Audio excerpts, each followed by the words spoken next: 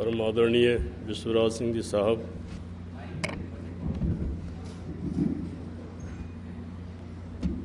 आदरणीय महिमा कुमारी जी साहिबा, महाराजा अनंत कुमार सिंह जी साहब,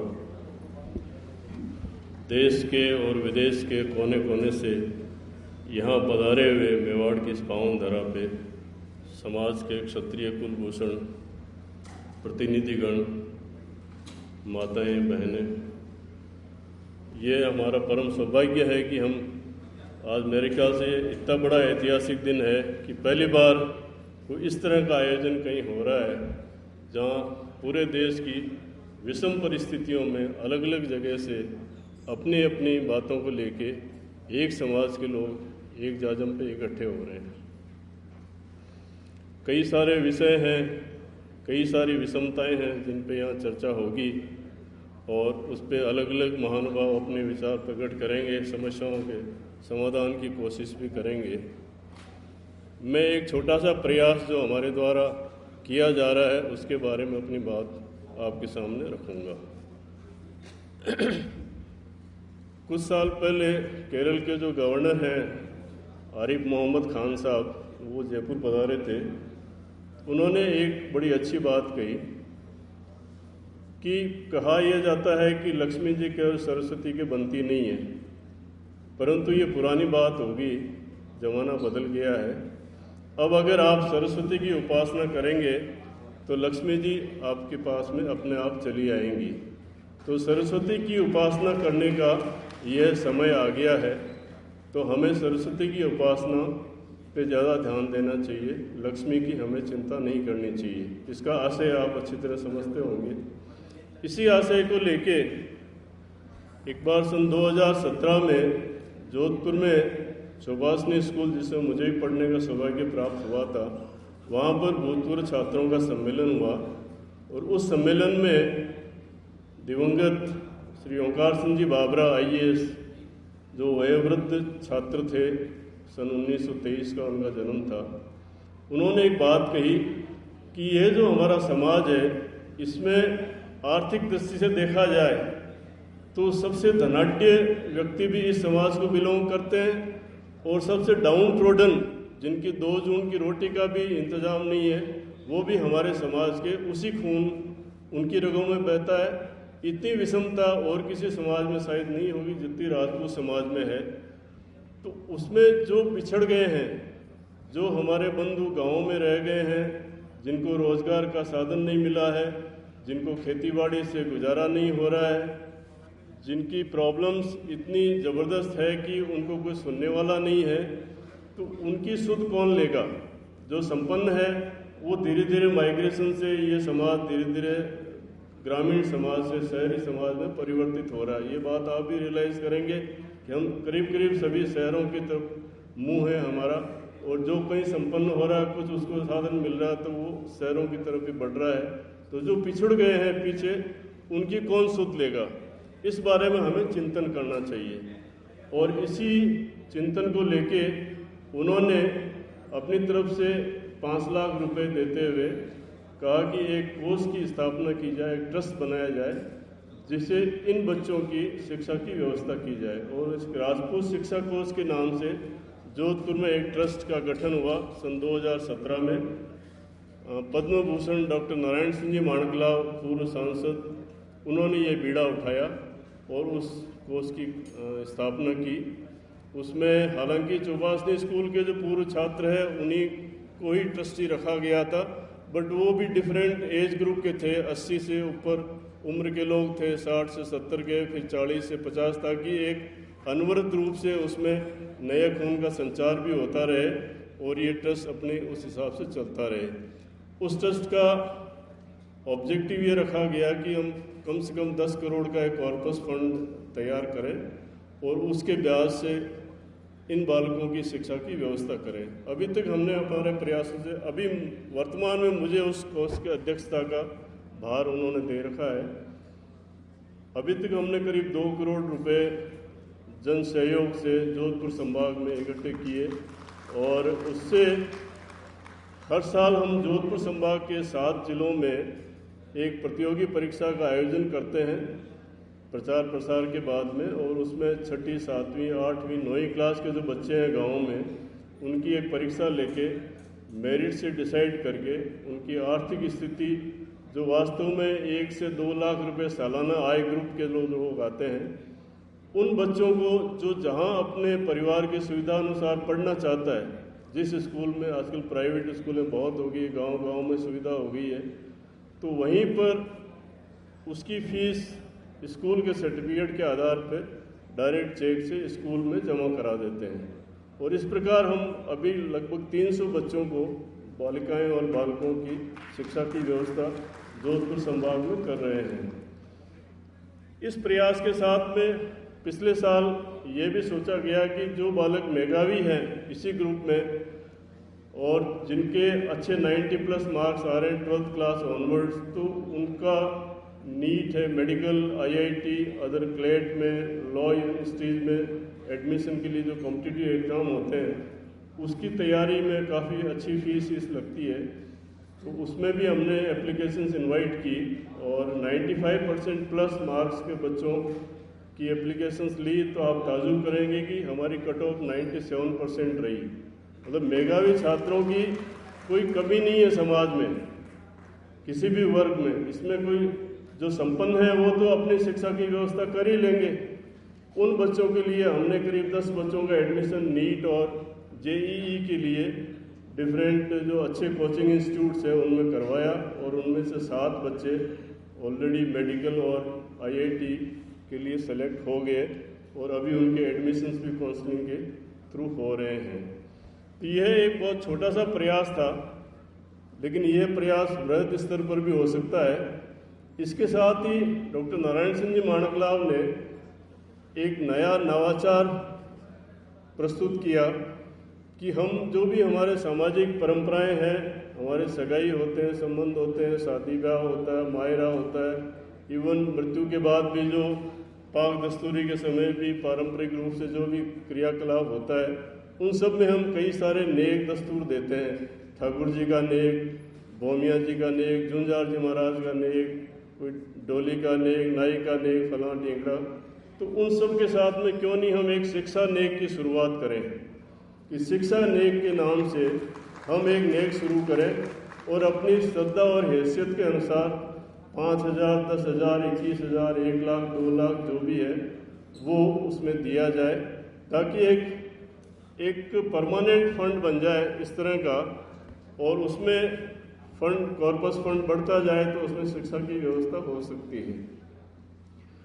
अब जो आज की परिस्थितियां हैं, सबसे बड़ी समस्या तो बेरोजगारी की है कि उसका निदान कैसे किया जाए। सभी लोग सरकारी नौकरी की तरफ देखते हैं जो सबको मिलती नहीं है, बट उसमें भी हमें प्रयास है वो एक समझदारी से करना पड़ेगा। गवर्नमेंट की जो पॉलिसीज़ हैं, आरक्षण की जो व्यवस्थाएं हैं सामाजिक, उन सब में हमारा कोई बहुत ज़्यादा अधिकार भी नहीं बन रहा है, और हमारा कोई उस पर जोर भी नहीं चल रहा कि हम उस व्यवस्था को परिवर्तन कर दें, लेकिन हम उसका लाभ तो उठाने के लिए हमें विचार करना चाहिए। अभी राजस्थान गवर्नमेंट में जो नई गवर्नमेंट आई है, उसने देखिए आप, पुलिस डिपार्टमेंट में जो लड़कियों का 10% आरक्षण था उसको 33% कर दिया है अभी पिछले महीने। इसी तरह जो प्राइमरी स्कूल की टीचर्स हैं उसका आरक्षण महिलाओं के लिए 50% कर दिया गया है। तो ये तो आप सोच के चलिए कि अब अगर नौकरी राजपूतों में नॉर्मल तौर पे मिलेगी तो केवल महिलाओं को मिलेगी। पुरुषों के लिए आरक्षण व्यवस्था की वजह से जो संभावना है वो धीरे धीरे कम होती जा रही है। EWS है, उसकी हालांकि राजस्थान में सरलीकरण हो गया उसका, बट अदर स्टेट्स में नहीं हुआ, सेंट्रल गवर्नमेंट में नहीं हुआ। तो उसमें हमारा जो कोटा है, हमारा जो भी हम सोचते हैं कि हमें मिलना चाहिए, वो हमें छोटी नौकरियों में तो मिल जाता है, लेकिन अगर आप सोचें कि IAS में, ऑल इंडिया सर्विसेज में या बड़ी सर्विसेज में मिले तो उसकी संभावनाएं बहुत क्षीण है, क्योंकि बाकी जो समाज हैं जो सवर्ण कैटेगरी में आते हैं वो सब समाज हमसे बहुत ज़्यादा शिक्षित हैं। तो हमें शिक्षा के बारे में कंपेयर करें तो हम क्यों पिछड़े। हमारा तो शासन था 1000 साल से, 2000 साल से हम तो सबसे अग्रणी थे समाज में, फिर हम क्यों पिछड़ गए। 50-60 साल में ऐसा क्या हुआ कि हमारा समाज इतना पिछड़ गया और बिल्कुल धरती पर आ गया? उन कारणों पर हमें विचार करना चाहिए। मैं जो इसके लिए सबसे मुख्य कारण मानता हूँ वो है हमारे में महिला शिक्षा का अभाव। हमने महिलाओं की शिक्षा पे कभी ध्यान ही नहीं दिया, या ध्यान दिया तो इतना दिया कि इतना पढ़ा दें ताकि उसकी शादी हो जाए, क्योंकि आजकल अनपढ़ लड़कियों की शादियां होना बड़ा मुश्किल हो गया है। तो केवल ये दिमाग में रख के अगर हम बच्चों को पढ़ाएंगे तो मेरे ख्याल से कोई भी पर्पज़ इससे सर्व नहीं होगा। एक अंग्रेजी में कहावत है, if the father is educated only he gets educated, but if the mother is educated the whole family gets educated. That's the basic difference कि एक पढ़ी लिखी माँ होती है तो वो अपने पूरे परिवार खानदान के संस्कार संस्कृति सबकी रक्षण करती है, संरक्षण करती है, एजुकेट करती है, और उनके बच्चे अपने आप मेधावी बनते हैं और आगे बढ़ते हैं। तो मूल मंत्र है वो गर्ल्स एजुकेशन का है, उसके बारे में हमें विचार करना चाहिए। मैं इसमें आपको एक बहुत छोटा सा उदाहरण देता हूँ। हमारे एक बड़े नामचीन अधिकारी सुनील अरोड़ा राजस्थान में सेक्रेटरी टू सीएम रहे, 2 शेखर साहब के साथ भी रहे, वसुंधरा जी के साथ भी रहे, चीफ इलेक्शन कमिश्नर भी रहे हिंदुस्तान के। मुझे भी उनके साथ 5 साल सीएमओ में काम करने का मौका मिला था। आपको ये जानकर ताजुब होगा, उन्होंने खुद मुझे ये बताया, उनके पिताजी रेलवे में साधारण अकाउंटेंट थे, बट उनकी मदर इंग्लिश लिटरेचर में एमए थी, और वो 3 भाई, उन तीनों भाइयों को उस मदर ने पढ़ाया, लिखाया, ट्रेन किया, 2 आईएएस में और 1 इंडियन फॉरेन सर्विस में। सुनील अरोड़ा जी 3 भाई हैं, एजुकेटेड मदर की वजह से इंडियन फॉरेन सर्विस और 2 इंडियन एडमिनिस्ट्रेटिव सर्विस में उनका सिलेक्शन हुआ। तो ये आप कल्पना कीजिए कि अगर हमारे हर घर में पढ़ी लिखी महिलाएं हो उस लेवल की अच्छी क्वालिटी एजुकेशन पे, तो हमारे समाज का कोई रोक नहीं सकता उसकी प्रगति के लिए। अब अगर हमें इस संदर्भ में दूसरे समाज हैं उनसे भी हमें प्रेरणा लेनी चाहिए। आज अगर आप जयपुर से बीकानेर जाते हैं तो रास्ते में सीकर झुंझुनू डिस्ट्रिक्ट की सड़क पे, नेशनल हाईवे पे आपको केवल एजुकेशन के विज्ञापन नजर आएंगे। दुनिया भर के इंस्टीट्यूट्स हैं, कहीं मेरिट की फैक्ट्री लगी हुई है, कहीं कुछ लगा हुआ है। मैं उनकी दूसरी गतिविधियों पे बात नहीं कर रहा हूँ, बट जो शिक्षा के प्रति वहाँ रहने वाले जाट समाज में, उन समाजों में जो चेतना आई है और जिस वे में वो अपने बच्चों को पढ़ाने के लिए आगे बढ़ रहे हैं, उसका आज हमें हर जगह, हालांकि उनको आरक्षण का भी लाभ मिला, लेकिन उसकी वजह से आज हर कहीं पे आपको ऑफिसेज में उनके समाज के लोग नज़र आते हैं, हमारे समाज के लोग कम नज़र आते हैं। जोधपुर में माली समाज है, उन्होंने एक ही काम किया है, कॉमर्स रिलेटेड बच्चों को एजुकेशन देते हैं, बिजनेस या कॉमर्स की, और पिछले 15 साल से वो बैंकिंग सर्विसेज में सिलेक्शन के इंस्टीट्यूट चलाते हैं, केवल बैंकिंग में सर्विस में। और आज हजारों युवक जोधपुर के माली समाज के बैंकिंग सर्विसेज में इन ऑल नेशनलाइज्ड बैंक्स में आपको हर बैंक में 3-4 माली समाज के अधिकारी मिलेंगे। फिर आपको चाहे लोन चाहिए, होम लोन चाहिए, बिजनेस लोन चाहिए, कुछ भी चाहिए, आपका काम कहीं पर भी नहीं अटकता है। अभी डॉक्टर नारायण सिंह जी माणकलाव हमारे 3 बच्चों को लेकर नीट का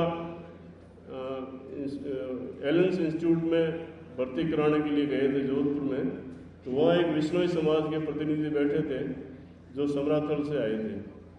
उन्होंने कहा कि साहब हम हर साल 200 विश्नोई बच्चों को हम इस एलन इंस्टीट्यूट में नीट की परीक्षा के लिए भर्ती कराते हैं कोचिंग के लिए, और उसका सारा खर्चा जो है वो समराथल का जो आश्रम है इनका जम्मू जी का, वहाँ से आता है सारा पैसा। क्या हमने इस बारे में कभी सोचा है कि इस तरह से हम एक समेकित इस तरह का प्रयास करें कि हमारा समाज इस तरह से आगे बढ़ सके, जिसके लिए एक समुचित व्यवस्था हो इस तरह की।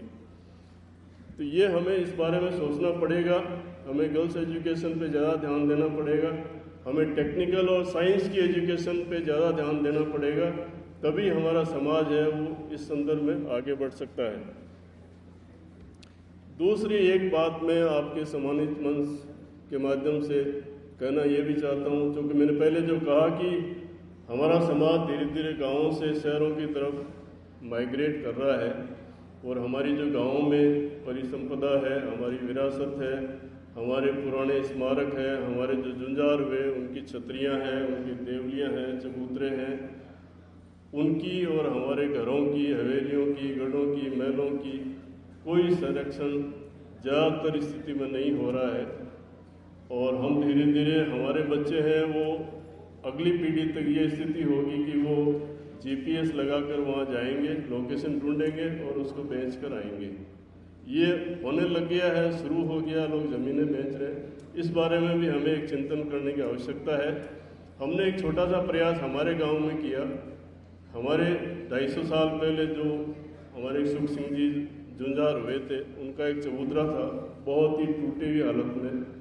सभी लोगों ने 3-4 गाँवों के जो वंशज हैं उन्होंने मिलकर उसका जीर्णोद्धार किया, और हर साल उनकी पुण्यतिथि पर वहाँ पर सभी इकट्ठे होकर एक आयोजन करते हैं, हवन करते हैं। तो सब 3 पीढ़ियाँ कम से कम आपस में मिलती है, और बच्चे और जो शहरों में अलग अलग जगह बस गए हैं वो आके मिलते भी हैं, कम से कम जान पहचान उनकी बढ़ती है। तो हमें हमारी जो विरासत है गाँव में, उसके संरक्षण पर भी हमें इस सम्मेलन में आप सभी जगह से पधारें तो हमें विचार करना चाहिए।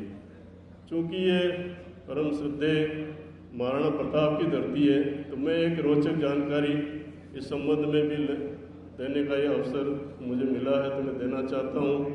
यहाँ पर एक माननीय विधायक, 2 माननीय सांसद विराजे हुए हैं, और पार्लियामेंट हालांकि नई बिल्डिंग में शिफ्ट हो गई है, लेकिन आपने पुरानी जो पार्लियामेंट की बिल्डिंग है उसमें महाराणा प्रताप की मूर्ति और प्लेट्यू पूरा लगा हुआ देखा होगा। वो प्लेट्यू कैसे लगा, या सरकारें किस तरह हमारे जो प्रतीक चिन्ह है उनके बारे में इंटरेस्ट लेती या नहीं लेती, उसकी मैं एक छोटी सी कहानी आपको बताता हूँ। मैं सन 2005 से 2007 तक श्रद्धेय भैरू सिंह जी शेखावत उपराष्ट्रपति के पास उपराष्ट्रपति का निजी सचिव पदस्थापित था दिल्ली में।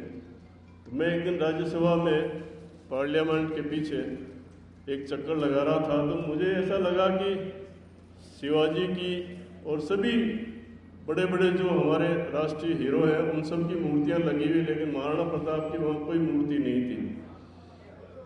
मैंने इस बारे में राज्यसभा के सेक्रेटरिएट में पता किया, तो एक पतली सी फाइल मुझे वहाँ मिली जिसमें 5-7 पन्ने लगे हुए थे। डॉक्टर लक्ष्मीमूल सिंघवी का पहला प्रस्ताव था 90s में कि मैं मूर्ति लगाऊंगा महाराणा प्रताप की। उसके बाद वो लंदन में हाई कमिश्नर बन के चले गए। फिर जसवंत सिंह जी ने ये प्रस्ताव दिया, फिर वो फाइनेंस मिनिस्टर बन गए, बट उनको समय नहीं मिला।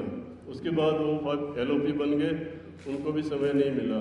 इस बीच में यहाँ कांग्रेस की गवर्नमेंट आई, स्टेट गवर्नमेंट को पार्लियामेंट ने लेटर लिखा कि आप ये मूर्ति का खर्चा दीजिए। तो यहाँ से चीफ सेक्रेटरी का एक लेटर गया कि हमारे पास में इस कार्य के लिए कोई फंड नहीं है, और वो फाइल वहाँ पर क्लोज होगी। मैंने उस फाइल को निकाल के श्रद्धेय उपराष्ट्रपति जी को प्रस्तुत किया, और मैंने उनको बताया कि ये पिछले 15 साल से कॉरेस्पॉन्डेंस चल रही है। उन्होंने उसे देखा, जसवंत सिंह जी को बुलाया, वसुंधरा जी को बुलाया, she was the chief minister here, और कहा कि आप बोलिए कौन लगाएगा। जसवंत सिंह ने कहा कि मैंने पहले प्रयास किया था, मैं लगाऊंगा। और जसवंत सिंह साहब ने 1 साल में पूरा प्रयास करके वहाँ पे महाराणा प्रताप का पूरा प्लेट्यू राज्यसभा चेयरमैन की एंट्री गेट नंबर 18 पे वहाँ पर स्थापित किया। ये एक मैं आपसे शेयर करना चाहता था। मुझे आपने यहाँ बुलाया, मुझे अवसर दिया आप सबसे मिलने का, मैं उसके लिए आयोजक मंडल का आभारी हूँ। Thank you.